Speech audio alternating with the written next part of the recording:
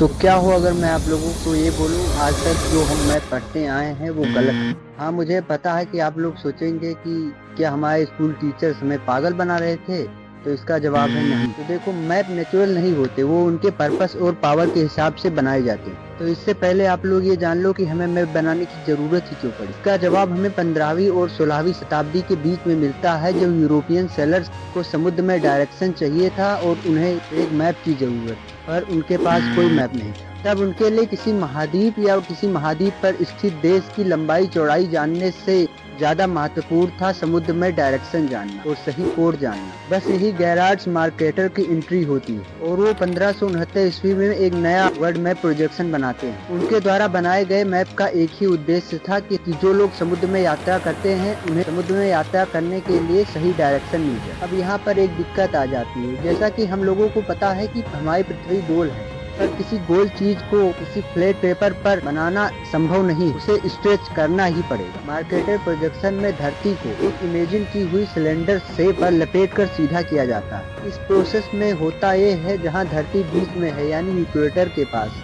वहाँ पर तो सारे देश और महाद्वीप एक समान दिखते हैं। लेकिन जैसे जैसे ऊपर या नीचे ध्रुवों के पास धरती खींचती हुई चली जाती है। यही कारण है कि ग्रीनलैंड अफ्रीका के बराबर दिखता है, जबकि ग्रीनलैंड अफ्रीका से 14 गुना छोटा है। मार्केटर प्रोजेक्शन गलत नहीं था, बस उसका पर्पस अलग था। ये मैप समुद्र में सफर करने वाले लोगों के लिए किसी वरदान से कम नहीं था। तो अब आपके मन में ये सवाल उठ रहा होगा, तो क्या ये केवल साइट की गलती थी? तो इसका जवाब है नहीं, क्योंकि मैप सिर्फ जगह नहीं दिखाता, मैप यह भी दिखाता है कि कौन सा देश बड़ा है और कौन सा देश छोटा है। दोस्तों, आप बचपन से ही एक ऐसे मैप को देखते आए हो जिसमें यूरोप बीच में है तथा अफ्रीका नीचे, और ऊपर वाला हिस्सा बड़ा दिख रहा है तथा नीचे वाला जहाँ अफ्रीका है वो छोटा दिखता है। तो धीरे धीरे हमारे दिमाग में एक छवि बनने लगती है, जिससे हम साइज को इम्पोर्टेंस से जोड़ देते हैं। बड़ा मतलब पावरफुल और छोटा मतलब कमजोर। जबकि धरती स्पेस में टिकी हुई है और स्पेस में ऊपर नीचे जैसा कुछ नहीं है। ये सिर्फ मैप का डिजाइन है जिसे हम सच मान लेते हैं।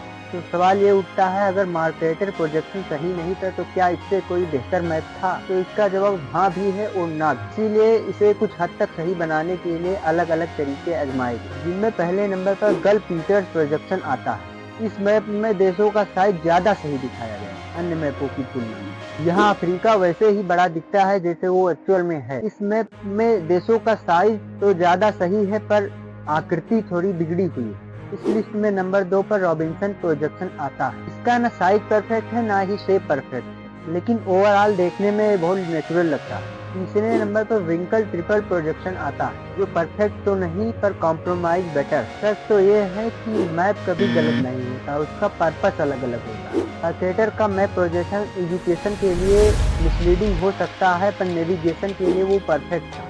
अब जब आप लोग मैप देखो तो सबसे पहले अपने आप से एक सवाल पूछो, क्या मैं दुनिया देख रहा हूँ या मैं किसी और के पर्सपेक्टिव से दुनिया देख रहा हूँ? क्योंकि जरूरी नहीं है जियोग्राफी नेचुरल हो, वो पावर का टूल भी हो सकती है।